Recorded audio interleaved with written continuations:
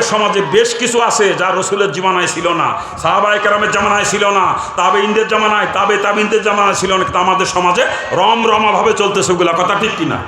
এই যে লোক একজন মরে গেলে 7 দিনের দিন খাওয়ান দেয়, 40 দিনের দিন খানার আয়োজন করে, আপনার এলাকায় করে না, আমার এলাকায় করে, তাই বলতেছি।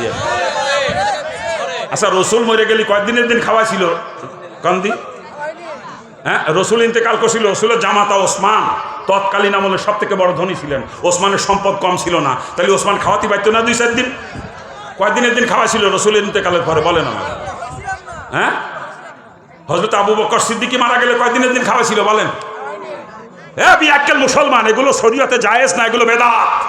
যত ভালো কাজই হোক না কেন ওটা বেদাত। যেটা রসুলের জামানায়, সাহাবায়ে কেরাম জামানায়, তাবেঈনদের জামানা পর্যন্ত ছিল না, পরবর্তীতে চালু হয়েছে সমাজে, মানুষ নেক কাজ মনে করে করে, ওগুলো সব বেদাত। ওগুলো সব বেদাত, যত ভালো কাজই হোক ওটা বেদাত। আর বেদাত মানেই গুনার কাজ। বেদাত মানে কি? গুনার কাজ। ওই কাজে কোনো নেকি হয় না। ওই যে গরু 10টা জবাই করে মানুষের খাওয়ান দেন, কসম খোদা যাত্রা পরিমাণ নেকি হয় না, বরং গুনাহ হয়, বেদাতের গুনাহ। আল্লাহ রসুল পরিষ্কার করে বলছে, তোমার কোন আত্মীয় স্বজন মারা গেছে, তার রুহের মাগফিরাতের জন্য সাদগায়ে জারিয়ার কাজ করে দাও।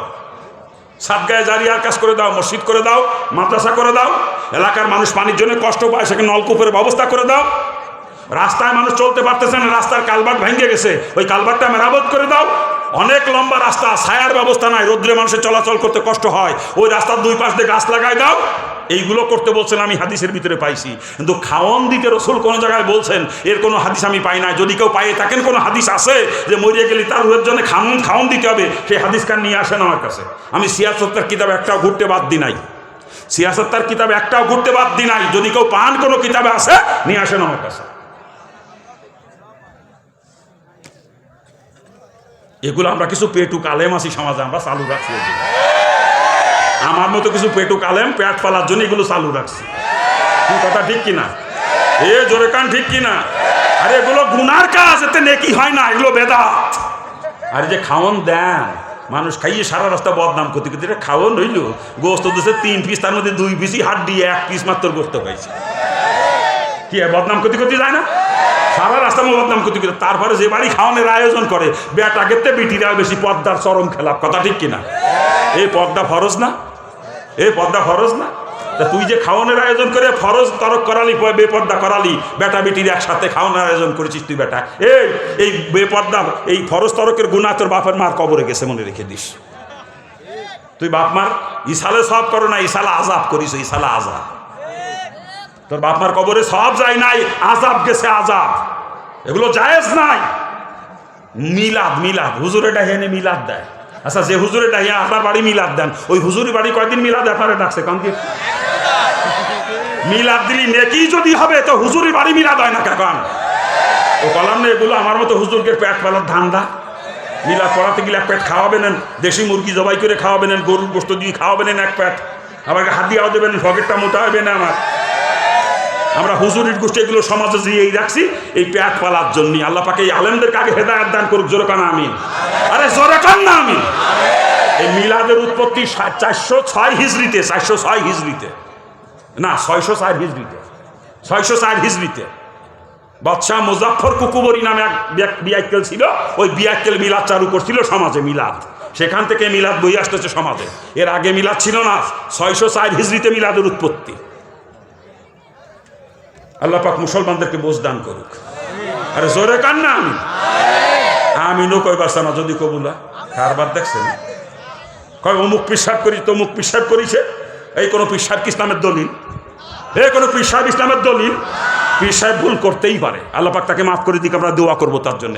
যদি ভুল করে আল্লাহ তাকে মাফ করে দিই, কিন্তু পীর সাহেব করছে বলে আমার করতে হবে? কোরআন হাদিসে যেটা নাই, কোনো পীর সাহেবকে পীর সাহেবের বাবা করলেও মানা যাবে না। কি কথা ঠিক কিনা? ভাই এতকাল করিয়ে আসতেছি, বাপদাদা আমলতে করিয়ে আসতেছি, তোর বাপদাদা ইসলামের দলিল না। তোর বাপদাদা আমতে করিয়ে আসতেছি বলে তোরও করতে হবে এমন না। ইসলামের দলিল ছাড়া কোনো কাজ করা যাবে না। কথা ঠিক কিনা? আর ইসলামের দলিলের 4টা, কোরআন হাদিস ইজমা কিয়াস, এর মধ্যে থাকলে কর, আর না হলে বাদ দে। বাপদাদা করিয়ে আইছে। আরে তোর বাপদাদা তো বহুত কিছু করছে, তোরা বাদ দিছিস সেগুলো? তোর বাপদাদা মনসা পূজা করছে, আমি ছোটকালে দেখছি। এদেশের মুসলমানরা মনসা পূজা করছে, এদেশের মুসলমানরা লক্ষ্মী পূজা করছে, আমি নিজে দেখছি ছোটকালে। তা বাদ দিলি কে তোরা? তোর বাপ দাদা করছে, তুই বাদ দিলি কে? তোর দাদার নামের সাথে সিরি লেখা ছিল, সিরি, তুই বাদ দিছিস কে? তুই মোহাম্মদ লিখিস কে?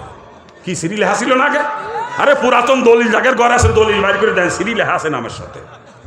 কি আছে না মুরব্বী? হ্যাঁ, তো তোরা বাদ দিলি কি জন্য? বা তোর বাপ দাদা করেছে, তুই বাদ দিলি কে? হ্যাঁ,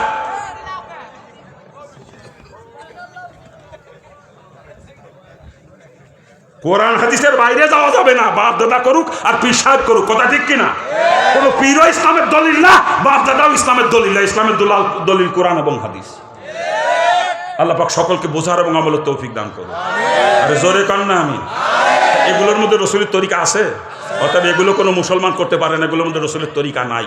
এই মিলাদ কিয়াম এগুলোর ভিতরে রসুলের তরিকা নাই। এই যে খাওন দেয়া এর মধ্যে রসুলের তরিকা নাই, কথা ঠিক কিনা? এই যে মাজার এগুলোর মধ্যে রসুলের তরিকা নাই, এগুলো মুসলমানের কাজ না, মুসলমান এগুলো করতে পারে না। আর এগুলা যারা করে কসম খোদা তারা প্রকৃত মুসলমান হতে পারে না। আরে কি কায়দা রে! ইন্দুরা ইন্দুরা ইন্দুরা সেজদা দেয় যে কোন জায়গা? মন্দিরে। আর মুসলমানরা সেজদা দেয় মাজারে। ওগুলো সব হিন্দু মার্কা মুসলমান। হিন্দুদের মধ্যে আর ওদের মধ্যে কোনো পার্থক্য নাই। আরে আমি হিন্দুর বাচ্চা, সেজদা দেওয়া আমার স্বভাব ছিল ছোটকালের থেকে। আমি তুলসী গাছের গুড়ায় সেজদা দিছি, বট গাছের গুড়ায় সেজদা দিছি। আমি আমার বাপের পায়ে কপাল ঠাকায় সেজদা করছি, মার পায়ে কপাল ঠাকায় সেজদা করছি। আমার বাপ মার গুরুদেব যখন আমাদের বাড়িতে আসতো তার পায়ে কপাল ঠাকায় সেজদা করেছি। আমি লক্ষ্মীর পায়ে সেজদা করছি, আমি দুর্গার পায়ে সেজদা করছি, সরস্বতীর পায়ে সেজদা করছি। ওগুলো আমার স্বভাব ছিল ছোটকালের থেকে। আমি মুসলমানের পর আমি যদি এই ভুলগুলো করি, মাজারে যে সেজদা দিয়ে দিতে পারি, কারণ আমার আগের থেকে অভ্যাস, তখন আপনাদের দায়িত্ব আমাকে ওইটার থেকে ফিরানো। যে তুমি এতদিন হিন্দু ছিলে, তুমি করে বেড়াই সেইগুলো, এখন তুমি একজন মুসলমান, এখন আল্লাহর কুদরতি কদম ছাড়া আর কোথাও তুমি সেজদা দিতে পারবা না। আমি ভুল করলে আপনারা আমার সংশোধন করবেন, ঠিক না? আপনারা মুসলমানের বাচ্চারা এই ভুলগুলো করবেন, আর আমার সংশোধন করা লাগবে আপনাদেরকে বলে বুঝে। লজ্জা করে না? মুসলমান পরিচয় দেন, লজ্জা করে না?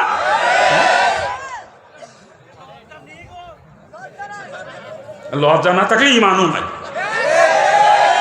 লজ্জা না থাকলে ইমানও নাই, সব বেঈমান। কি কথা কান ঠিক কিনা? জোরে বলেন ঠিক কিনা? কি আলোচনা করবো কা? কি আলোচনা করবো? মুসলমানের সারা গায়ে ঘা, আমি কয় জায়গা মলম লাগাবো? ডাক্তার তো আমি একা, সব তো হচ্ছে বক্তা। কি কথা কান ঠিক কিনা?